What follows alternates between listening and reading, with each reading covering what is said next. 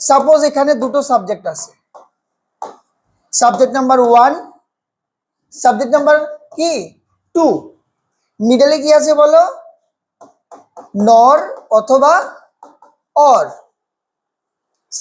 সিকোয়েন্সটা বুঝতে পারছো তো? পরের যে আমার যে ভার্বটা হবে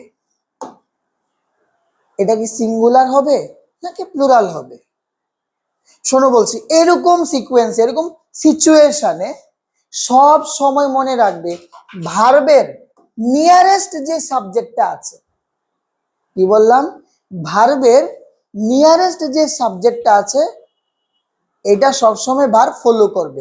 এখন এই সাবজেক্ট মানে সাবজেক্ট নাম্বার 2টা যদি সিঙ্গুলার হয়ে থাকে ভার্বটা কি হবে, সিঙ্গুলার। যদি এখন আমার এই সাবজেক্ট নাম্বার 2টা প্লুরাল হয়ে থাকে তাহলে ভার্বটা কি হবে, প্লুরাল।